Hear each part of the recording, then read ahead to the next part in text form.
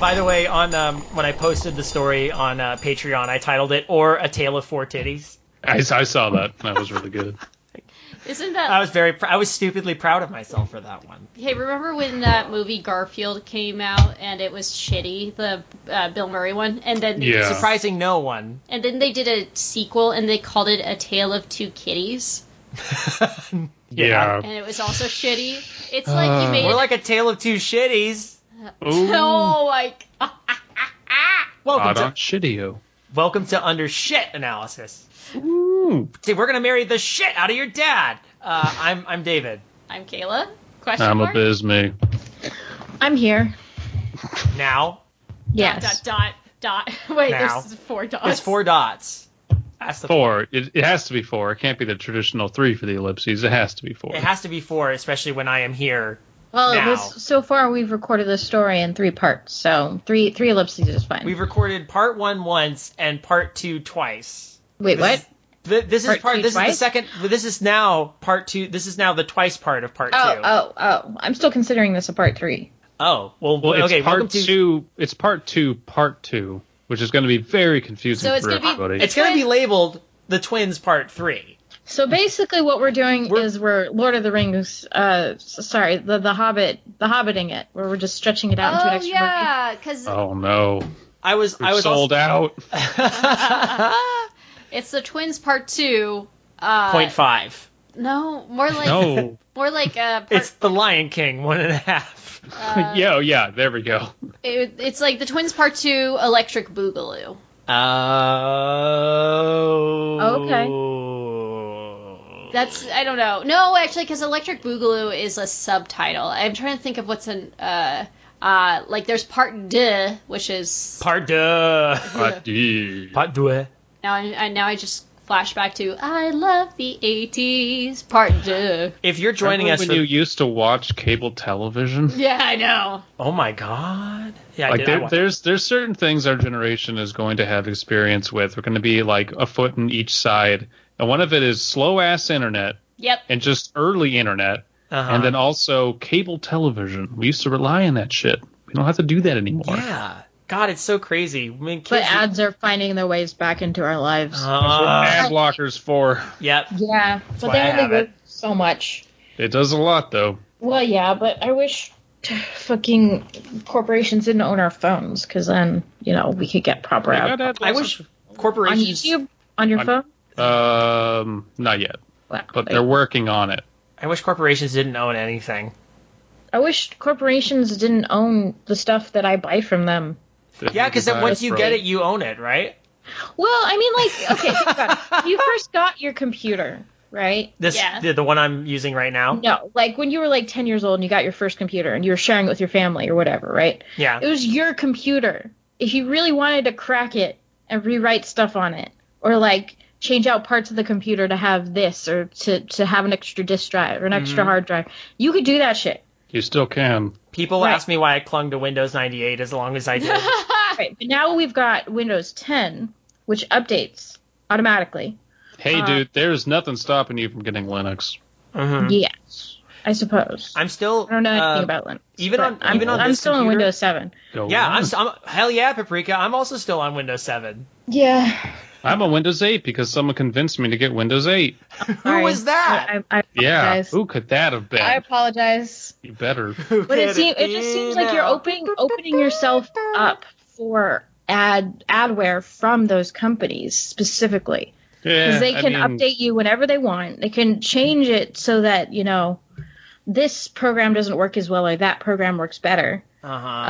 Based on who pays them money. I mean, that's what I mean. You have a lot less freedom than you used to. It's fucking creepy, dude. I don't like it.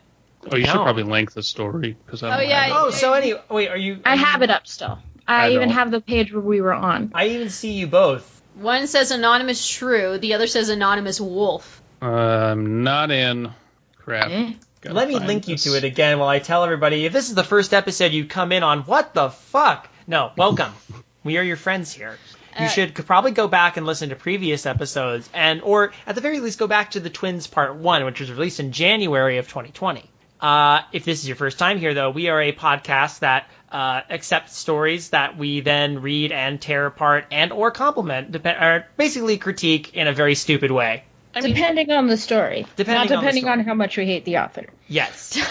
Now, obviously, we've completely eviscerated some stories, but never authors in the past. So what you're telling me is that I have the ability to edit the story. Well, this version of it. This version. But it's not published, so I don't know how Prass will feel about that, but so I'm gonna just stick some lines here and there. see if he can find them on his own. Insert. Just randomly insert 4 titties wherever you can. I'll put a self-insert. The words 4 titties in brackets. No. Self-insert. Then Paprika appeared, and she was the most beautiful person of the bog. Way more pretty than the twins. You send it back all the to animals Prass. bowed before her. Sends it back to Prass. He's like, I've made some improvements to your story, Prasokour. No. There's now a bog if you tell princess. him, they'll know that they're there. But if you don't tell them, they might get published. We now are joined by anonymous Quagga. What? Quagga? Do they make up these names? I think they did. Quagga. Well, No, because there's anonymous aurochs. why aurochs? Oh, a quagga is a subspecies of zebra. The fuck? Oh, it looks really weird. It's like a third zebra and then some other parts of other horse-like animals that is not as cool as a zebra. I see Anonymous Wolf and Anonymous Aurochs and Midnight Marinara. I don't see any other ones. Well, too bad. I have to look up what an Auroch is now. Don't tell me, I'm looking it up. Okay. I'm not an influencer. By the way, aurochs, it's like a bull. aurochs is with an S, too, for some reason. The singular of aurochs is aurochs. Where did we leave off? Is that like Latin? So What page? we are at the bottom, we are at the top of page 10. Whoa. I need to solve this plurality problem. The great aurochs Bots? mystery. Primigenius, genius, so apparently they're smart. Extinct wild ox of Europe, so they're extinct. Yep. Bovidae, order Artiodactyla, which cattle are probably descended aurochs. Did Prass put these names in? No, I think this is just This is just Google. This is just Google. Okay. Did you know aurochs? Yeah. Did you know aurochs is an actual viable creature type in Magic the Gathering? I'm not surprised. I Yeah. am not I surprised. thought it sounded familiar, but I wasn't gonna say I knew what one was. I mean, you see ox, and you'd think they would just use ox, but specifically there's ox and there's aurochs. No, they had to be cool. The spelling of this and ox perplexes me. They're so different. I hope I'm But pronouncing you get it the correctly. same sound out of it. So, Aurochs. okay, just so you guys are clear, the page begins with "It was the strongest I've ever felt." Fine, okay. Okay, All right. do we need to so brief recap. Very last thing that happened was our main character is facing her fears, and none of the scary animals that are coming out of the marsh to attack her are actually attacking her. Oh yeah, There was a bear, and then there was a catamount. Yeah, she's just went up against a kitty. Big kitty. See, and you wonder why. I wonder if Prass made these anonymous No, profiles. it's I know. Google. It is a little. But I understand why you would. It's just funny that we got especially a prehistoric, now extinct kind of Ox. cattle, oxen, aurochsen. God fucking damn it. So Basically, yeah. Okay, so who's starting? Well, why don't we go keep it in the same sort of alphabetical order? So Abysme, me, Kayla, and Paprika. Yeah. Okay. Okay. Coolio. Abysme. Oh, okay. It was the strongest it ever felt since entering the marsh. I was not entirely at the mercy of these things, the twins. The path ahead was still long, but if I kept my head and remembered Ainsworth's words, then there was still some hope. That's what gave me the strength to push on with my head held high. And yet, that bear, it was still there, just a few 100 feet away, pacing. What did it want? Your It's a bear. It wants to eat you. Only you can prevent bog fires. Points to all the spooky blue fires that have appeared around the swamp. Yo, Smokey, you want to deal with this shit? Are you Exorcist, Smokey? No, I'm on break. Smokey pulls out a cigarette. Yeah, I'm on break. It followed me as I kept going, always remaining at a safe, though not quite comfortable distance. Time passed, and more woodland creatures materialized from out of the forest gloom. Lynx and bobcats bounded down the path, springing from the ground to lunge at me. I stood firm. And capybaras and tamarins. And... You just list a fuck ton of animals. And tapirs and coatis and... There you go. And pangolins. And, oh my gosh, why am I blanking on? Binturongs. I stood firm, and they always missed, landing in the ferns and shrubs beside me, never to be seen again. I heard the baying and howling of coyotes and wolves moments before I saw them running through the trees around me, eyeing me with shining yellow eyes. They ran alongside me as if corralling a wounded deer, snapping at my ankles and growling at me with teeth fully bared. I just saw coyotes for the first time. Like, I've always heard them... In the wild? Well, yes, yeah, in the wild, but, like, I had always heard them, but I had never seen them until, like, a few months ago, which is weird, because they're always around, so... I knew these things weren't fuck my life. I'm off to a great start. I'm proud of you. You knew these things weren't reals? Yep, I knew these things weren't real. But that's not to say I wasn't afraid. Even though my rational thinking mind knew the truth, my senses were telling me otherwise. The sound of yelping dogs, of padded paws against the damp earth, and the sight of swift shadows darting through the forest. But every time I was able to overcome that base instinctual terror, the small victory that followed was all the sweeter. Cool. It was only reasonable to assume that things would get cooler as the night wore on. I had contemplated brining a sweatshirt. Brining? Yeah, he... okay, it's a weird, like, humidity thing where you put salt in your sweatshirt so that... Okay. All right. That's what the two Toms are wearing in the lighthouse when you think about it. Yeah, okay. When times were hard, the settlers would brine their own clothing, then eat it. Just Salt to make pickled it softer. sweatshirts. They brined their shoes so that they could actually have flavor when they ate them. Oh, yum. That's some Donner Party shit right there. That's some... I had... Uh-huh. No, I was going off of David's story. He says that's some Donner Party shit, and I was actually going to say that's some Charlie Chaplin shit, actually. Oh, good one. Thank you. Yeah. Okay, go ahead. Yeah. Sure. I know what you're referencing. I contemplated bringing a sweatshirt, but decided that it probably wouldn't get any lower than 60 at this time of year. After a while, I started to feel the temperature dropping. I rubbed my arms, feeling the texture of goosebumps on my exposed skin. I didn't suspect that there was anything especially strange about this until I saw my breath. That doesn't happen until it gets down to below 50. The swamp grew quieter as the air grew colder. There were longer gaps in between each call before things became completely silent. My torso convulsed in desperate shivers, and my teeth chattered behind my closed lips. Cool. Nice. Literally. A tremendous roar broke the silence. Roar. It was positively thunderous, carrying through the trees from somewhere in the darkness up ahead. This was a sound I couldn't imagine coming from any woodland animal I knew of. It was furious, booming. Leaves rustled, branches snapped. Arms heavy. Bog spaghetti. I heard something groan before a tall shadow before the light in front of me. It was a tree, which had been splintered at its base and collapsed to the ground. The Oh no, roaring Grandmother continued. Willow is dead. Aww. Some beast came up and just took her off her frickin' stump. Aww. Oh, listen with your... Oh, God! You will understand. Dead. Oh, man. Look, I heard something grotesque roaring in the woods. It was aurochs. She lived a long, good life, though. Yeah. She did. About a good 10,000 years, so. As a tree. That's a tree. A talking tree? Ainsworth's words were distant whispers. How could a shadow of a dream smash through a tree trunk? No, this was something else. It had to be. And I was not the least bit interested in finding out what. The twins couldn't give the people of Arietta nightmares like that, like they could the people of the old town. As they move further away from them, their power gets weaker. Wouldn't the opposite also be true then? The closer you were to them, the more power they had?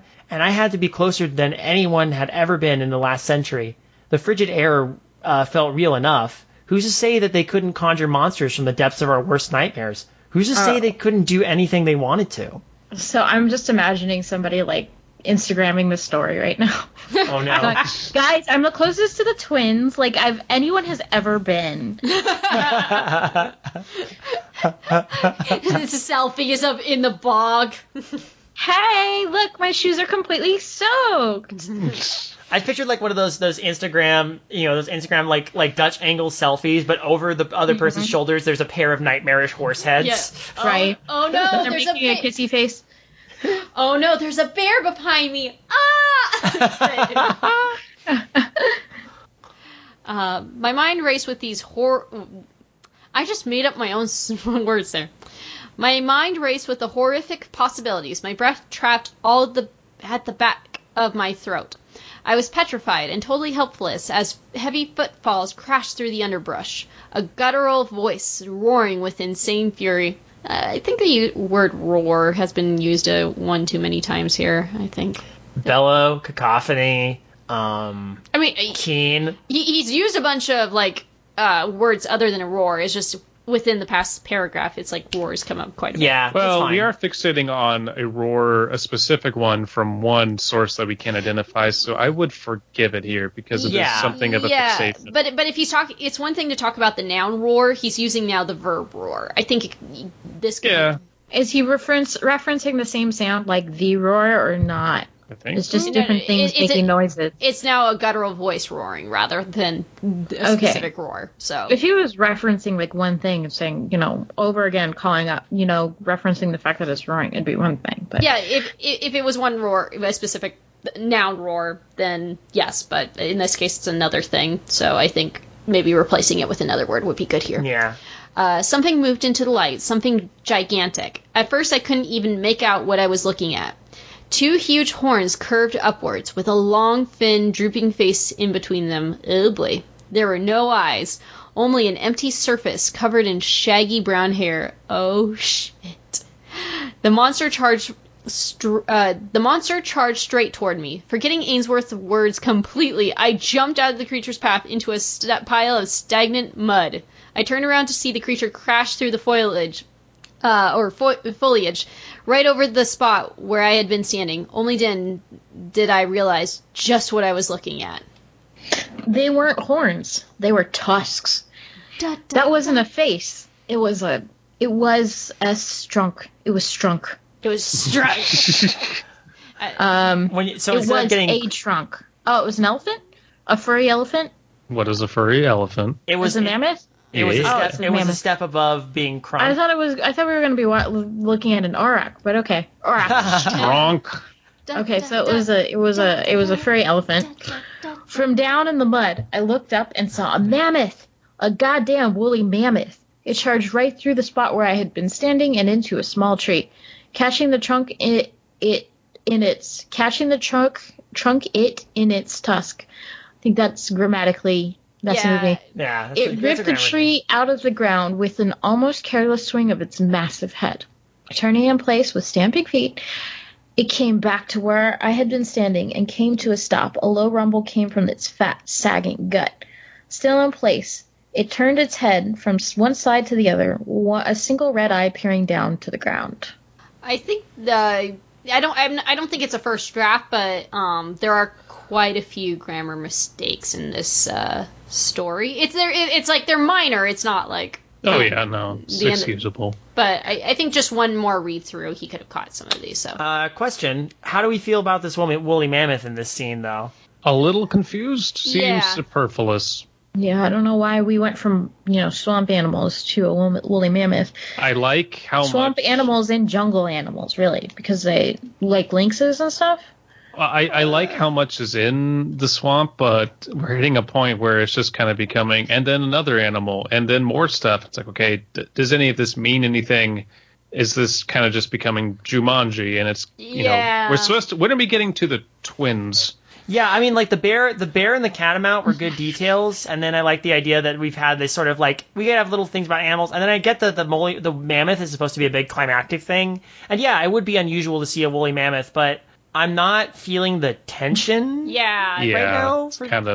It's too much at this point. It's like, okay, this is escalating too fast. I do like the fact that he kind of twisted it, because he was describing kind of a Krampus-like creature, and then it turns out to be a mammoth. We know what a mammoth is. I kind of like that. Yeah, I do like that idea that like, wait, what the fuck? And then it shows up like, wait, also what the fuck? You know, The like description is perfectly good. It's just its place in the story feels. It doesn't fit the theme. You know what I think it might be? I feel like I think I'm starting to realize this now. So you got a bear, which is something that she could see in recent times. But remember what she said about the catamount, that there used to be catamounts here before? Yeah. And we're getting into more and more prehistoric. There used to be mammoths in this part of the bog. I feel like she's slowly kind of going back in time. Maybe that's maybe that's the hint. But at the same, it just I want aurochs now. God damn it! I just think. Yeah, I'm with you there. Like, the woolly mammoth is kind of random. I'm just assuming based off some context clues. But there were mammoths in North America, so that's probably where this is coming from. So I could see that. It's just, I don't know. It's just weird. I don't usually need it, though? I don't know. I don't think It depends on... No. It depends on where the story is going, because if it's going back in time, then this mammoth could be like a bridge to going back in time. We started with the past. We started with the settling of the area. Right, but the mammoth is a lot older than that. Exactly. I'm talking about the whole, like, okay, animals, or okay, they're frogs, okay, then it's a catamount, okay, now it's a mammoth. If it continues to go into a direction that makes sense for prehistoric animals, then maybe this is a good bridge. Yeah, maybe it's like a gateway. But why do we need to go back that far? I don't know. We haven't finished the story. That's what I'm saying. It already feels a bit too much, because we already had part one was a lot of, this is how the colonial era, the settling of this area happened, and that was all great. Now we have on top of that also possibly going back in time to prehistoric North America. It's like, why? Why do we need that now? Let's put a pin in that and see if there's a payoff. If this ultimately does have a payoff, because right now it feels just a little disjointed. I get it's not that the writing doesn't work. I just think that the theming is a little bit off, and it's hard to look at a woolly mammoth as a being of terror. Yeah. You know what? It feels. But then again, Prass managed to write successfully a story that I read once that made elephants pretty scary. So yeah, but in this case, the elephant in that story was just based around that elephant. Right. There's one specific elephant. Yeah. This is. It's throwing a lot. It's throwing the kitchen sink at you. Yeah. Exactly. Yeah. But that's why it feels a little bit like a theme park ride, where you have everything, all the woodland creatures. You see them all, right? Dude, you know John Hammond would have a field day with this place. Is it me? Yeah. Or is it you? It's me. All right. Oh, I thought you just read. Oh, okay. No, you just read. No. Wait. Yeah. Oh, yeah, you did. You introduced the mammoth to us, so we're back at the top of the order. Oh. Okay. Yeah. So it's my turn. It was looking for me with my face half submerged in the muck. I could see that red eye twitching slightly as it shot from one direction to the other, turning over the dead plants and mud at its feet. The end of its trunk swept over the ground like a metal detector, a finger-like growth on the tip grasping at the air. I was concealed by the mud in both sight and scent. The mammoth flapped its small ears, straining for any sound that might give me away. I lay perfectly still, allowing myself to sink imperceptibly further into the mud. My whole body. Another question. Sorry to stop you, but let me just finish this. I'm almost done. Okay. My whole body went limp as if I was trying to convince myself I was already dead. Huh. Boom. Good. Okay, so the rules for the other animals was to ignore them, but this is the one animal. If you didn't ignore him, it would have killed you, the main character. Why did the rules change? Well, it's not so much. My next question. I don't think it's a change of rules. You could extrapolate that ignore is also like don't interfere with, try to conceal yourself from, just don't interact with. So that doesn't bother me. Okay. I'm okay with that. But what were the exact words? What were Ainsworth's words again? These creatures will try to distract you, but they're just part of your imagination. Or something you don't heed them or you've lost. Way, then it's not. You're not treating it like imagination. You're treating it like reality. Maybe it's because as I don't know. It's maybe because the point that this person's making is like is this stuff actually becoming real the deeper she gets into the marsh? Is it the fact that this mammoth just messed with the tree? Maybe that's why she's thinking it's real. Maybe. And if that's the case, why is it real now? Right. That's my question. Why is this real and one? Well, again, I feel like the point that's trying to be made is like she's thinking, our narrators is thinking that the deeper you get in the marsh, the more real and tangible the twins are able to make things. So this is now a real, tangible mammoth rather than an illusion. Mammoth? Well, let's keep going. Let's see if there's a payoff. After a few more minutes of fruitless searching, the mammoth shifted its place with its long columnar legs As it did, its head turned to reveal that it was missing its other eye. Where its right eye should have been, there was just a gaping hole leading to the inside of its skull. Bits of jagged, torn flesh jangled at the edges of the hole. After a few moments, the creature had returned to the darkness, still bellowing and roaring. Okay, that's a nice little detail. Yeah, but why? Why is it there? Like, again, the mammoth has, unless the mammoth has a good payoff. Let's see if there's a good payoff for the mammoth. Again, it the roaring mammoth? Yeah. I didn't get up from the mud until the sounds of the mammoth tearing through the trees were gone completely. When I did, I had to struggle to pull myself out because I had sunk so far into the muck. When I did manage to get out of the cold mud, huge clumps of wet sludge still clung to my arms and legs. Even after pulling them into great handfuls, I was still covered in a film of brown sludge. I was positively miserable, but I was alive. How? What? She just pull him? She just pulled herself out of the mud. No. I get that, but then now the mammoth's gone. Oh wait, there's questions. She's now asking questions. Okay. How long had the twins been here? Long enough to remember the Ice Age, obviously, but how much longer? That's the twins. I thought. Okay. The twins are primordial swamp spirits, right? Yeah. That's the whole idea. Is that what they weren't from Ainsworth's time? No, that's just how Ainsworth perceived them. Okay. Among the glowing eyes that prowled through the marsh, I saw shapes and shadows that belonged to creatures I'd never seen before. Hyenas that grinned stupidly with lolling tongues and ran over the ground on tall, stittle-like legs. Hulking beasts. I think I've seen pictures of creatures like that before. Mm-hmm. Hulking beasts somewhere between dog and bear. Wild boars bigger than a horse. Their faces covered in bony bumps and warts. It was logical to assume that these were animals that had wandered here in ages past, except they weren't.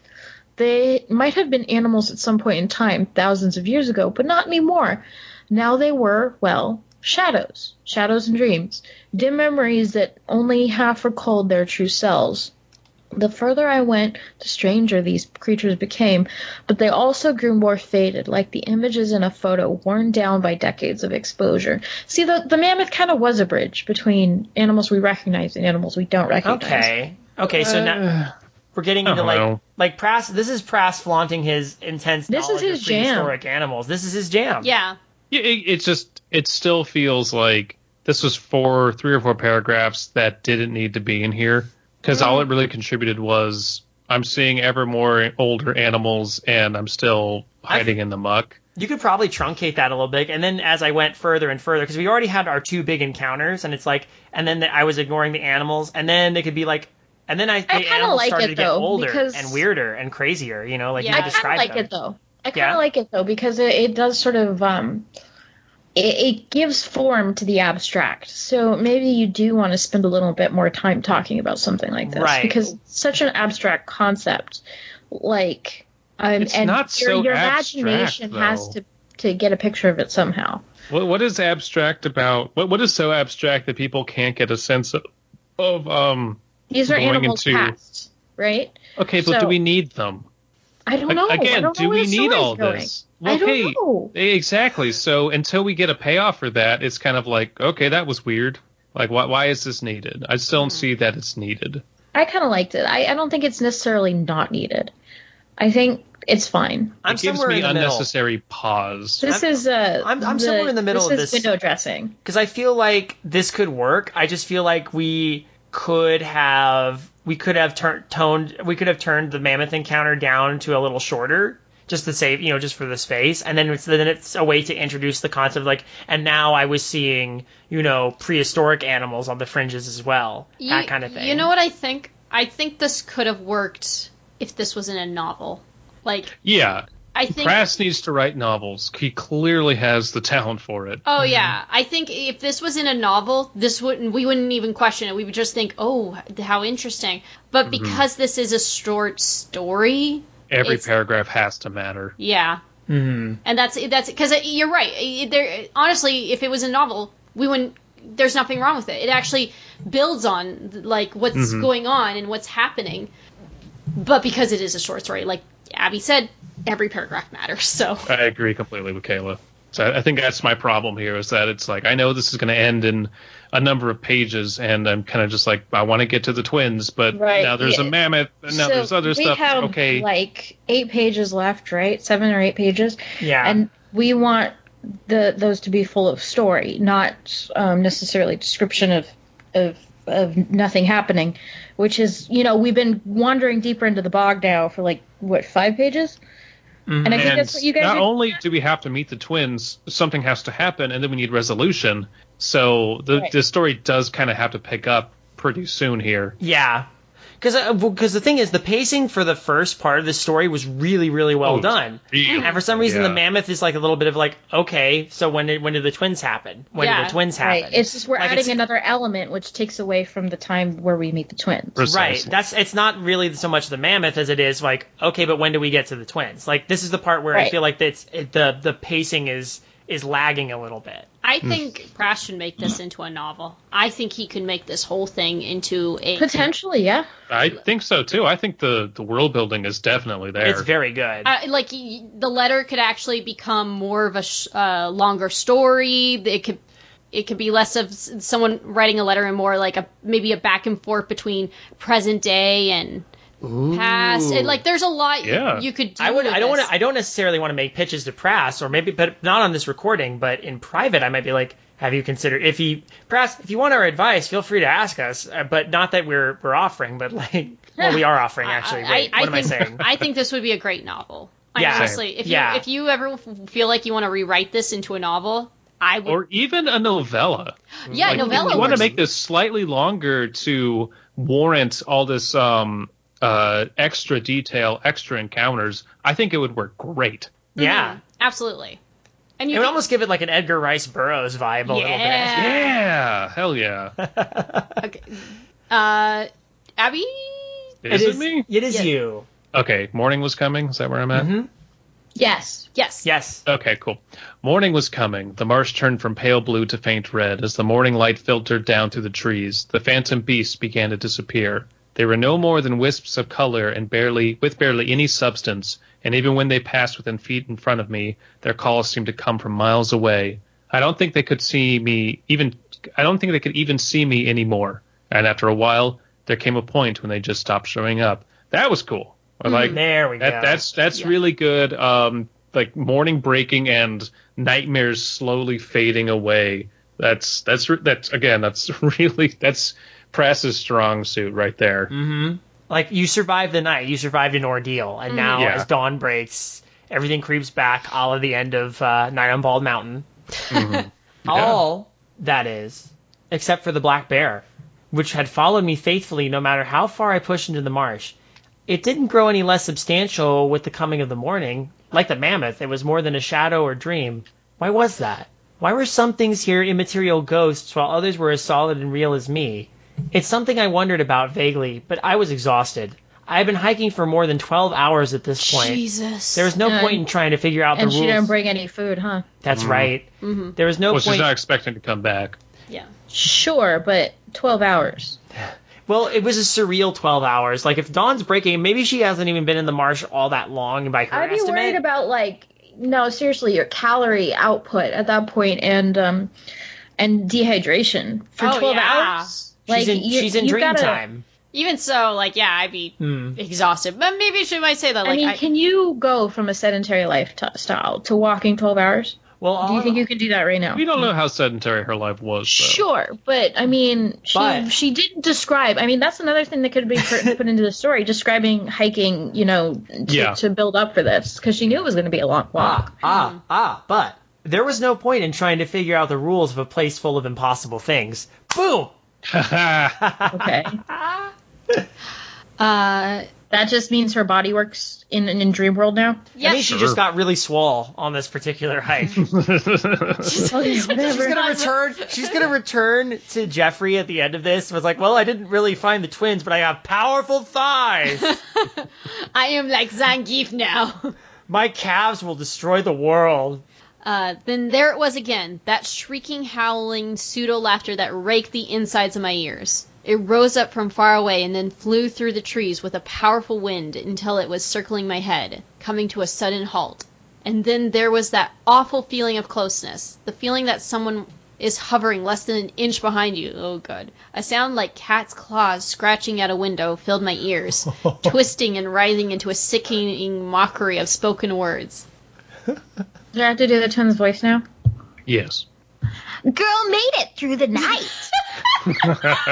Said the voice in my left ear. I like that this. Is that the sound of a? That's the sound of a cat. If I turn the knob, the cat goes back and forth. Look, Kitty. Look, it's two twins. Look at them. They're in the swamp. It's not amazing. Look, Kitty. Twins in the swamp. Isn't that amazing?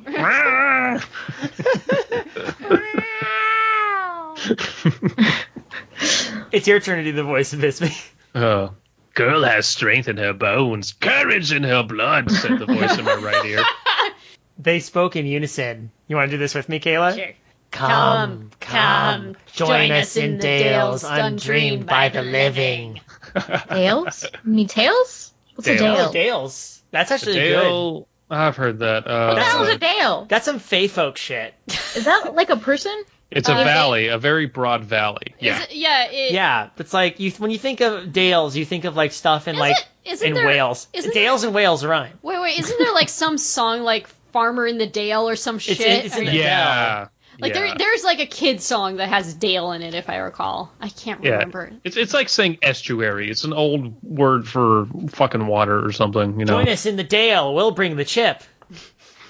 Right, but okay, if these twins are prehistoric, what lexicon do they even use? That is exactly why the whole we're going back to prehistoric times. Like, okay, what era are they talking from, and does it matter? And shouldn't it just be the era that the current person is seeking? In which Wouldn't case, that make more sense? Why would they say Dales? Because this person would not know what a Dale is, probably. Well, they might, but it certainly wouldn't be common in the lexicon. Right, and that's exactly why I'm like, we don't need that mammoth part. Tree rustlings, and these people are picking up words, or she's picking up words or something. I don't think it's like the twins have it. The way the twins talk makes me think of like your traditional fairy ring, steal your baby, changelings kind of. Look, this is why the twins don't know what a foreclosure is, okay? But okay, sorry. I give up. Now, see the unnecessary questions you now have? What, so? Yeah. It means take out the mammoth or make the story longer. No, that's all I'm saying. But where did they come from? Where did they go? Where did they come from, Cotton Eye Joe? They are immortal forest spirits. What do you want? Did the word Dales come from North America? Prehistoric? You come from Wait. I felt the release as the twins receded to the depths of the marsh. A painful nausea began to build inside me. I looked at my hands and found they were trembling. My body had realized what they had meant before my mind had. The end was near. Oh wait, no. I thought I was like, what? Shouldn't the be capitalized? But there's a whatever. I was so very well aware that death was just one fate the twins could have planned for me, and it was far from the worst. It was so late that it was early. Yeah, I know that feeling. And if you lived here, you'd be home. I was too tired to dwell on the coming horrors. All of my strength had drained away, and I didn't even realize when I took the next steps forward. It wasn't cold anymore, and it was quiet. No frogs, no insects, no birds. The trees began to thin, and I could see the sky for the first time since yesterday morning. Except that it wasn't the sky. It was a sky, but it wasn't our sky. The one that glows gold in the morning and fades to a sublime blue.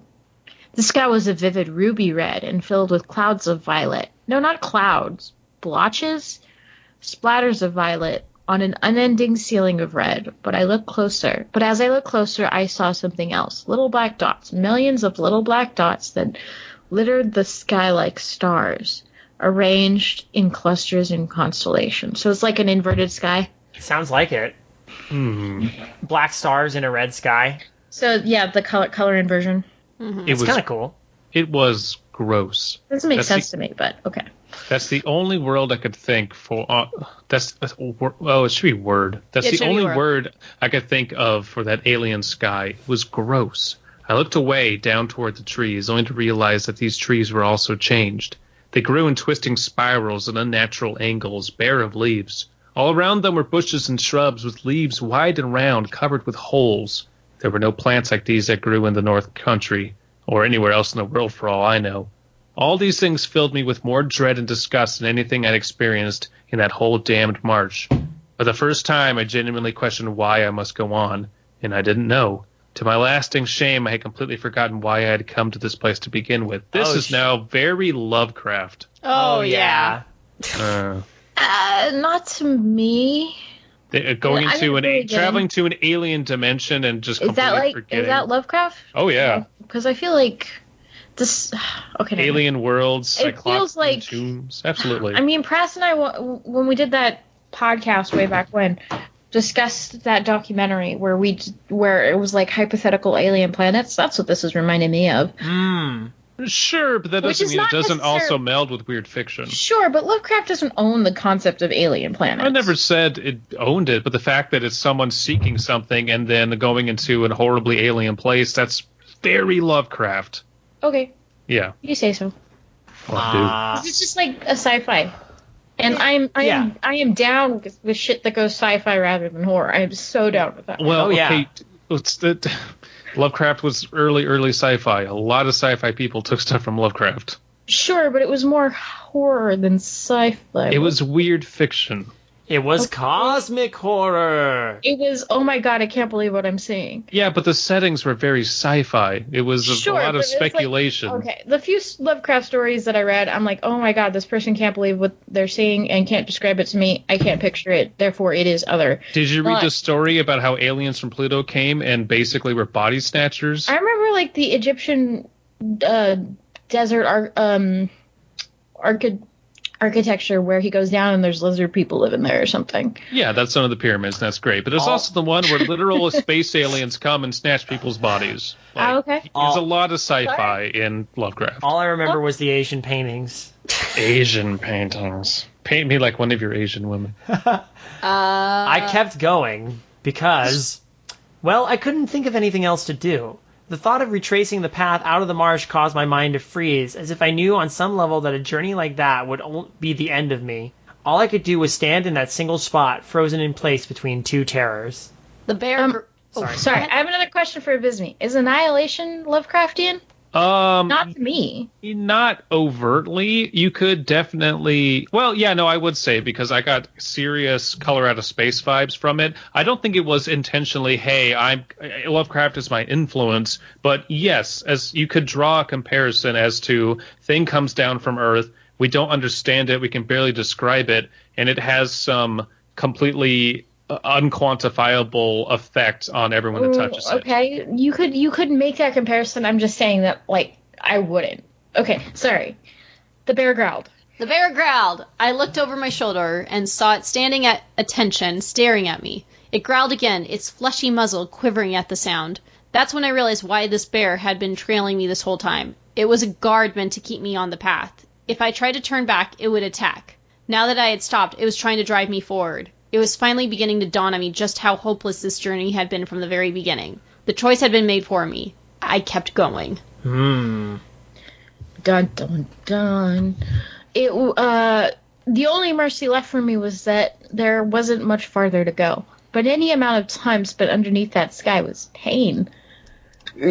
I was in a place that human beings were never meant to be, and in my very presence there was a drain on the little strength I had left. The air howled like it does in a canyon. An hour later, there it was. There was the oak. What happens to something when it's been forced to endure far beyond the point when it should have died? The oak was the answer. Hello there. Welcome to the world of Pokemon. My name is Oak. I'm getting upset like the oak became a Deku tree. Pay no attention to the weird-ass alien sky above you. I'm glad you're here. I sent that fairy to fetch you hours ago. Now come in here and kill this spider.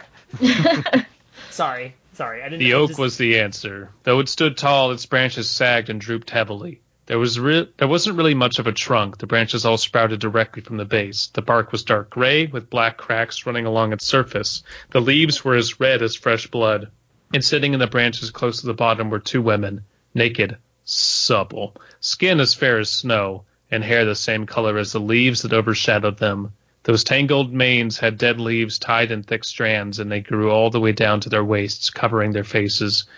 "All right, We finally have the twins. The four titties! Yay! This is like some like heavy metal album cover shit. I was thinking that it was like that married with Fern Gully. When you get to like the Dark Knox. the Forest. They sound like the frickin' Knox. You guys are all wrong. Or it's from The frickin' Knox. Stargate. Oh, gotcha. Okay. A voice spoke. Thankfully, it was much closer to approaching an actual human voice, though there was still something uncanny just underneath. I don't know which of one of them said it, but the voice was clear despite the fact that their mouths were covered by hair. Come, girl is welcome in our garden. I obeyed. They looked at me, though I don't know how they saw me through their hair. What does girl have to say? Speak! Again, I don't know which one said it. I didn't know what to say. I stood still for several minutes. When I finally did think of something to say, I said it only one word. Why? They laughed their hideous laugh. In this place, pain is all we have. All that feeds us. All that pleases us. One of them ran her hand down the inside of her thigh. This is some, Cenobite awesome. bullshit here. My face contorted, cold tears pouring from my eyes. What do you want from me? Taylor. Oh, again, they laughed. We have dwelt here for eons. We have seen the world burned and drowned and frozen. Seen beasts come and go like seasons. Seen horrors that would rip mortal minds to shreds. Jesus Christ, David. But we would not have it so. We would be free. Free. Free. Free, they shrieked with voices like talons. Foreclosure. Foreclosure. Explain the foreclosure. We brought you here to explain the concept of real estate. We've come so you can teach us your ways. We wish to make money while working from home. We've been renting far too long and wish to have equity. The bog is on foreclosure. What is the value of our acres of weird alien forest? We have an No. easement with the county.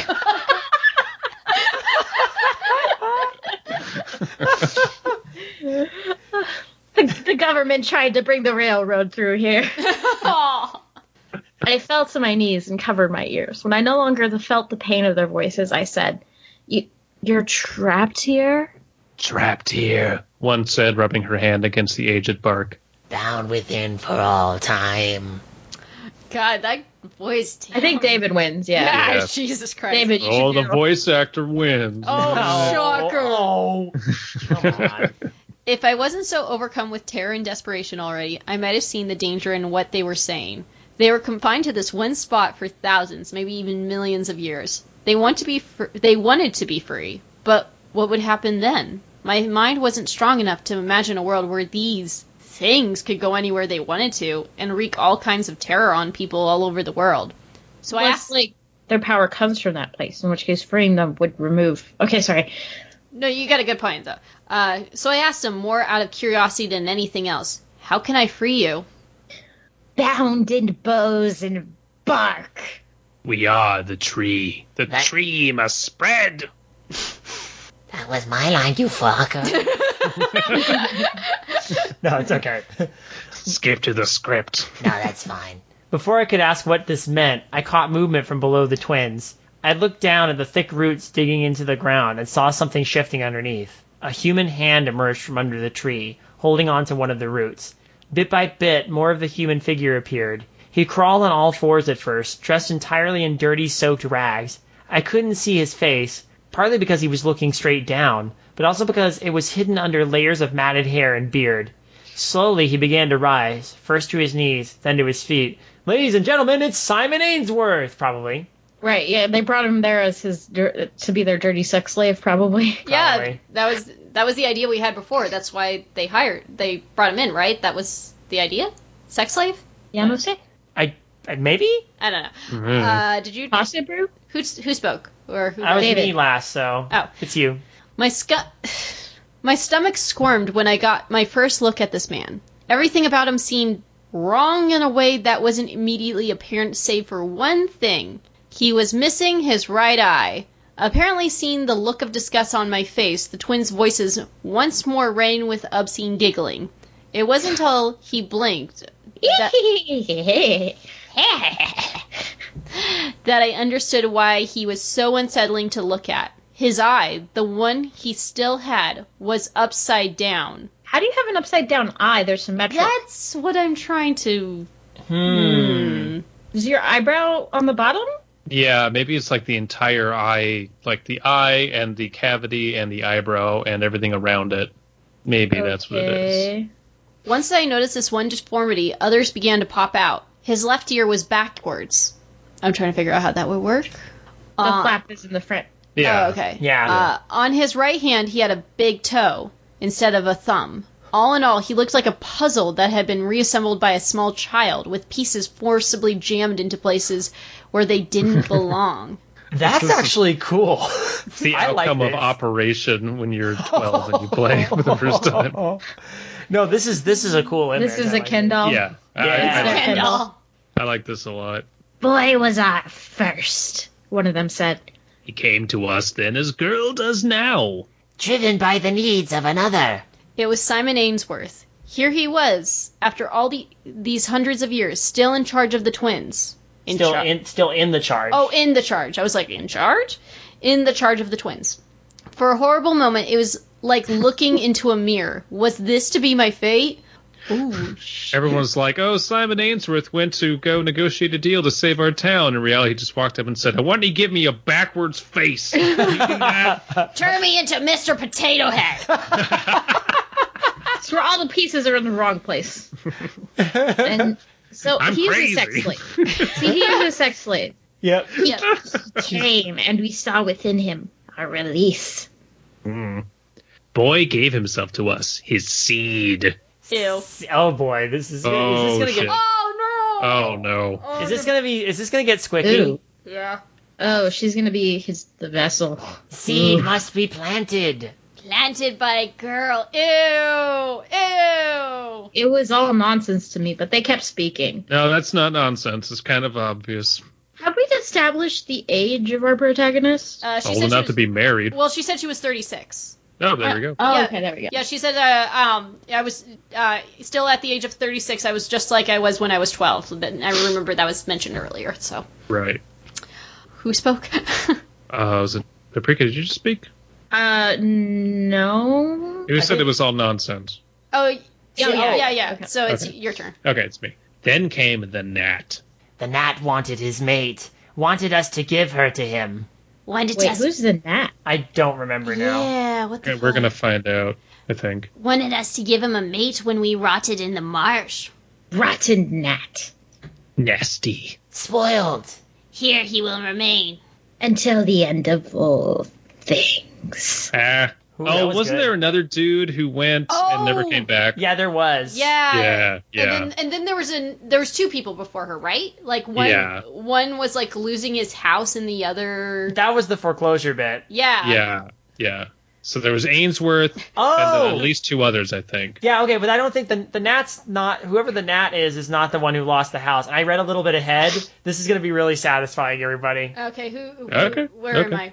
I? Or did you just read the Until the just- End of All Things? That was Paprika who read Until the End of All Things. So it's you So again. now it's me.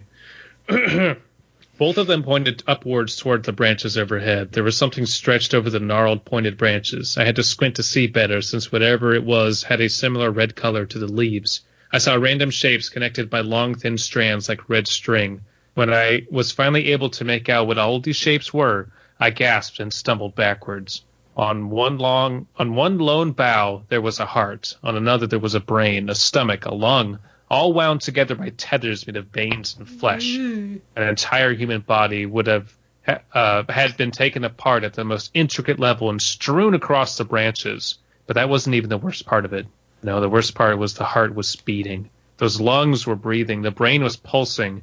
In another awful display of the impossible, the twins had stripped him to pieces and forced him to feel the pain of it with each passing moment for God knows how many decades. Oh my god. Then there Cool. was the bear. I looked behind me to see the bear sitting quietly on its haunches. Its neck and head drooped slightly. It was now close enough to see that it, too, was missing an eye. Interesting. Only you can prevent dismemberment. Oh, wait. It also, wasn't The mammoth was also missing an eye. Yeah. Oh, yeah. For sure. They're all missing eyes. Bear had lost his home, wanted it back. Went to foreclosure. That's what I meant. Yeah, okay. Oh, the bear's wandering because it has no home. Aww. Okay. We had no use for him. But we are good and generous and merciful. We made the marsh his home. So grateful is Bear that he does what we say. But at last, now we have Girl. Girl came to us when she was small. She was not ready, silly thing. But now girl is ready. My lips trembled. Ready for what? Ready to bear seed. Ew. Don't, please do not let the bear be the seed. God, no. I didn't. That's me, right? Yeah. I didn't know what that they meant, but I didn't like it. I think she should have known about what they meant by now. Yeah, this is all kind of really on the nose. Yeah. No shit. If girl bears the seed, then her mate will be released from his plague. So they want to reincarnate it from the sounds of it. Yeah. They're stuck in. There's. I guess their only gateway to their plane or their dimension or whatever is the marsh. New flesh. It came flooding back to me. The reason for all the pain, the fear. My eyes went wide and I went bent over, sobbing, "Please, please, save him." They laughed. Girl must listen better. If girl bears the seed, then her mate will be released from this plague. How do I began? What, how do you not know how to? God damn it! Closer, they hissed. Put on Barry Manilow. Some candles. Do I have to explain everything? You see, when an evil pair of tree spirits and a patchwork man love each other very much. Wow, you're really dumb. Here, watch this video. We've brought out a VCR to show Wait, you. let's plug the oak in.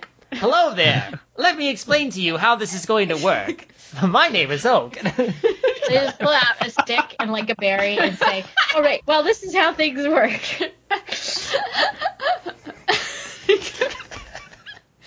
I think you killed David.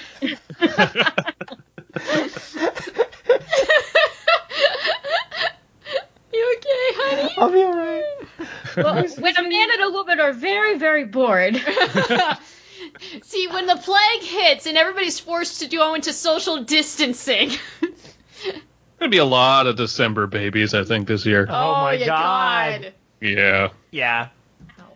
Who was you? Is it you? I think I said closer. You said closer. You said closer? Okay, so it's me.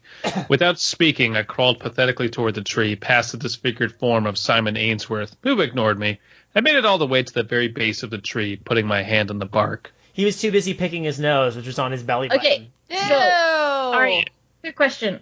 The tree is in the middle and the twins are sitting around the tree? No, they're like in it, in like an opening, I think. Somewhere above it? They're sitting in the tree. Yeah. Okay. Open your arm. It took me longer than it should have to realize what they meant. But do you not know how to open your... Okay. There was nothing on hand I could use to do as they ordered, save the coarse, fossilized flesh of the tree. I rammed my forearm against the tree, pulling it sharply down against the jagged bark. Ugh. Soon afterwards, I felt the warm trickle of blood flowing from the stinging cuts. Oh. Ooh. Cool. Now girl must mix her blood with our blood. Ew. I was confused until I saw something dripping from the spot on the tree where I had slammed my arm. Pieces of bark had fallen away, and from the gaps flowed a thick, white ooze. I put my fingers to the substance. It was uncomfortably warm and viscous. It collected in a glob that I held in my index and middle fingers. Ew. I brought it to the cut, and when it touched the open wound, it stung and burned. I clenched my teeth and hissed. When the two substances met, they blended into a deep, black bubbling, like tar deep within the earth. Mmm. Cool. I leaned over and placed my lips over the ooze, lapping it up with my tongue. What? Secrets of the ooh. Ew. Teenage Mutant Ninja Turtles 2. Wait. Are, like, not the tar on the arm, the actual white ooze? Mm-hmm. Okay, sure. It's Ew. sap. Yeah, sure. That's It's sap. That's what it is. It's sap. It had- You want to know something, though? Prass has taken the Faustian bargain trope and actually made it super uncomfortable, but Yes. super necessary, and a lot of authors never get that far. Yes. Like, this is someone going through literal hell to save the person they love. And this is some fucked up shit, and that's what makes it, like, have gravity. Yeah, no, this is Now great. Bismee's completely on board. Yep. Well, okay, no, if we cut out that mammoth thing, like, again, does the mammoth thing need to be in this? No. Like, that would not even have changed anything. Seriously. Not really. Yeah. It had the iron taste of blood, along with a horrible sour sweetness, like a rotten apples. Once I had swallowed at least 3 helpings, the twins chanted repeatedly. Okay, so we all need to do this 3 times, but all in unison. We ready? 1, 2, 3. Blood bears the seed. Blood bears the seed. Blood bears the seed. That's going to sound amazing. Mwah! Hey, future David, if you can be asked to do this, can you like try and rearrange that a little bit in post? Edit it No. a little. Just a Hey, smidge. future no. Bismee, why don't you make music for that? Next music What? track, Blood Bears the Seed. Oh, I see what you mean. Yeah, could do. It's a good title. I used to Bro, play this is every death metal album I've ever heard, and it's freaking awesome. Yeah. I heard a light. Go ahead. Okay. Go ahead. I'm gonna read. I heard a light tap on the ground to my right, then another to my left. All around, tiny objects were dropping from above. I picked one up and saw that it was an acorn, though it was black. It's an edgecorn. Acorn. It's the best I could come up with. It's good. It works. When you pick it up, it feels like it's crawling in your skin. These wounds that Oh cannot- my god. Nobody really understands these acorns. I think we killed a Bisbee now. Damn it, that's court.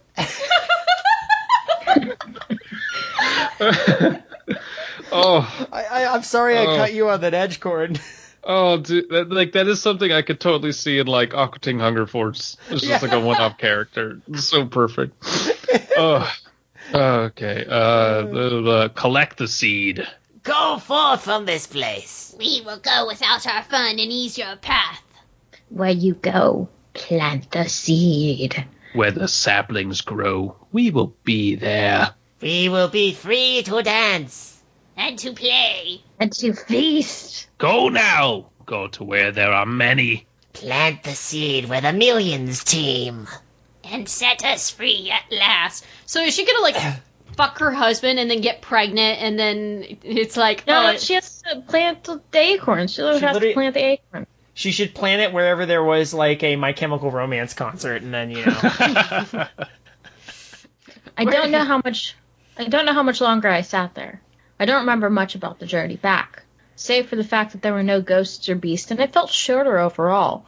But my mind was so warped, so dazed, that I don't know if the twins were had somehow made the distance shorter, or if there's a mistake there. If you want to fix it, David, I just sleepwalked through the journey.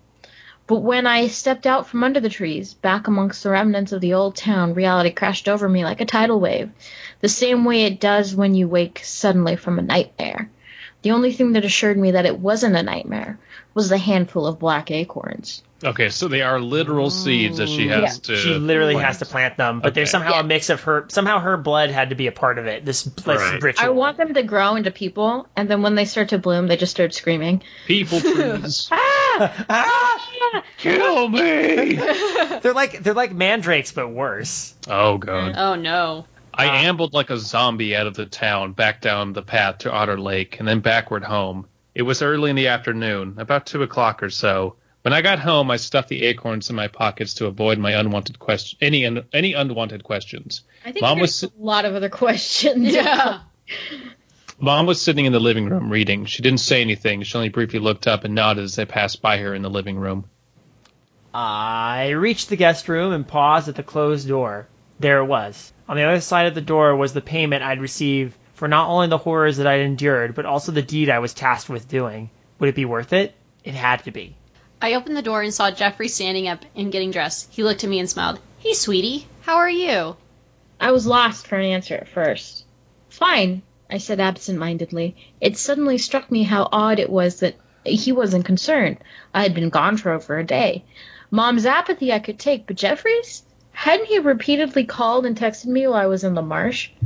Pulling out my phone, I saw no evidence of any calls or texts. In fact, if the date and time were to be believed, it was 2:14 on the same day, and I hadn't left for the marsh. That on the same day that I first left for the marsh, I put my hand to head, subduing a headache from the discrepancy in time.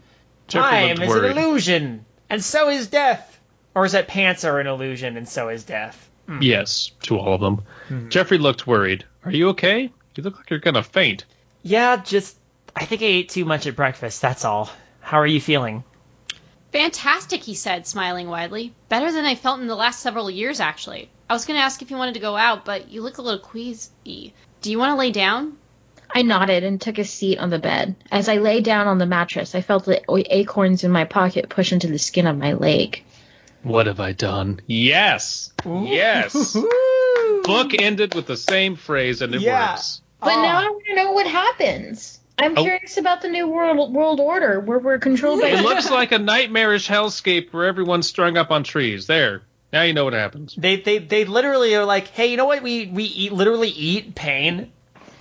What's the, what's that Ravnica, the green-black, Golgari? The Golgari, yeah. Golgari, it's basically that. Looks like that. It's like, basically the way I see it is like, it's Golgari meets Rakdos. Yeah. Because it's like, hedonistic, our pleasure is your pain guild meets, we like the life-death cycle guild. So, yeah. Thank you for the Ravnica reference, though. That warms my heart. It was my favorite block of Magic ever to play. Still mine. Hell yeah, man. It's I don't know, the idea of breaking up a huge cityscape into really obvious guilds just works so damn well. It does. We should talk about this sometime. I don't know if we ever have. No, we have. They repeat. Ugh. Yeah, that's fair. That's fine. It's okay. I love our story. I'm actually really good. I think the ending is perfect. Honestly, I think the ending is great. Like I know that what happened. It doesn't matter. It doesn't matter. Let's say if she doesn't do it, then the husband dies, which is not going to happen. So she's going to plant it, and like horrible shit's going to happen. And that's not the point. The point was the journey, not the destination. It reminds me of the end of the Calming All Creeps Goosebumps. Like, I want to know what happens. I want to know what happens after everyone becomes a lizard person. You don't, and that's the thing. Yes, I do. It wants to leave you with you want to know, but it's not going to tell you because whatever would happen is not going to be satisfying. It's David Lynch, He didn't want to find... You're not supposed to learn how Laura Palmer died. That kills the mystery. Right. The mystery is what's important. Why am... Yes, and I talk like Gordon Cole even when I'm not playing the part. You got that, Coop? Jesus Christ. So, this was fantastic. I would clean up a few paragraphs that just kind of don't need to be there. Bisbee wants you to remove the mammoth press. I'm sure it was fun to make them, but it does give me pause when otherwise the pacing is really, really good and the reader's just in the groove for everything. So take that out and you've got a really, really good short story, but still, you could make this into a novella. Mm-hmm. Like, if you want to just keep adding stuff, you totally could. And the maid has to be in love with the husband. Add a maid, number one. And she has a secret career as a real estate agent. I have a question. This is for continuity's sake. The mammoth was missing an eye. Ainsworth was missing an eye. Was there a third character that was missing a right eye? I'm trying to remember. The bear was missing an eye, wasn't it? Was the bear missing a right eye? The bear missing. What's that supposed to mean? Why are they all missing eyes? I think it's just the idea of giving up things and just not being whole. So that they can see through the eye socket? Okay, you know what? You remember how she said, like, why did the bear and the woolly mammoth seem more real? And I think the woolly mammoth is probably one of the twins'. Oh. But is the mammoth, like, for someone from that era that came to the twins? We don't know. That's a problem. An ancient human? It could be, but that's never explained. That's never shown. I mean, the bear was explained. The bear is like an actual creature that came to visit them. It's, you know, what I was thinking briefly was that they were all Simon Ainsworth. I was expecting Simon Ainsworth morphing into different things. I was expecting Simon Ainsworth to show up as a bunch of frogs in a trench coat. Yeah. It's and that's, again, I know I keep saying this, but that's kind of my problem with the mammoth stuff. It's like, what could this be? Well, I don't know, and you didn't explain it, so I don't care. Yeah. It doesn't need to be in here unless you are going to explain it, at which point expand the story. Yeah. It could be am really I too cool. dumb? No, you're not. What does socks mean? It's nothing, because it hasn't been explained. And if it has been, it's buried so deep that we completely glanced over it. Yeah. At which point, I was thinking that if there's going to be an eye motif, maybe a bunch of the animals should have the eye motif. I don't know. Maybe we again. Here's the thing. We've split this story into 3 episodes over the span of several months. So I have questions. Then you know what? Write them to press. Yeah. If you have questions. Yes. And there will be a link in the description, by the way, if you want to support some of Prass's projects that he's got working on. Yeah. His fossil project. Hopefully when the plague conditions lift, he'll be able to take on the road. That was kind of his goal with it, was to introduce people to real fossils and things like that. So he's putting together this project where he can get people in touch with fossils, literally. So is he going to start breeding fossils and getting all the Carol Baskins in the world mad at him? Yeah, that's how it works. Basically, he's gonna introduce everybody to Ammonite and Kabuto, and this is the 3rd time I've been able to put a Pokemon joke in here. What does that mean? Well, I don't know, but go check it out if you get a chance. And hey, if you like what you heard here, as always, I'm so bad at these plugs, but I gotta remind myself to keep doing them. Hey, if you can give us a like or give us a review, rating and review, where you listen to this, usually on Apple Podcasts, but maybe on your preferred podcasting app, we always appreciate that. If you'd like to submit a story for us to read and critique on the show as well, you can reach us at midnightmarinara@gmail.com. That's where we generally get our submissions put in. That's the best place to contact us. And we have a queue going right now. Patrons, if you join our Patreon, patrons get top priority when it comes to stories. We make sure we get to your stories first. But and also you can hear the goofy, wacky sort of warm-ups that we do, the choice dregs that we cut from every episode to make sure they're not running for like 3+ hours. So usually there's some good banter in there, not necessarily related to horror, but usually with just kind of catching up and talking about things we like. So if you like if you like the banter part of UCA, that's usually worth listening to, I'd say. And those come out every other week. A lot of nerd shit. It is a lot. Generally nerd shit. Mm-hmm. But then again, like you magic. hear a lot of nerd. Like magic. Like magic. Magic the Gathering. Join us in the future when you hear Abysme and I just talk about Ravnica for 3 hours. Can I just be in the background, just occasionally making noises of disapproval? Oh, how would that be different from any other time? It'd be super. Well, what if Kayla's there with you? We'd just be making disappointing. We can be drinking tea in the background, going ugh. With your pinkies up. No, we'll make the loudest drinking tea noises. Like yes, drivel. Can you believe they play magic with cards? What a waste of money. And cardboard. Just wasting trees. In the meantime, though, I already kind of plugged my podcast. Anything you all want to share with the rest of the class? During the Pliocene, the colder climate caused an extension of open grassland, which led to the evolution of large grazers, such as wild bovines. Bos acutifrons is an extinct species of cattle that has been suggested as an ancestor for the aurochs. Yay! This isn't a plug, Paprika.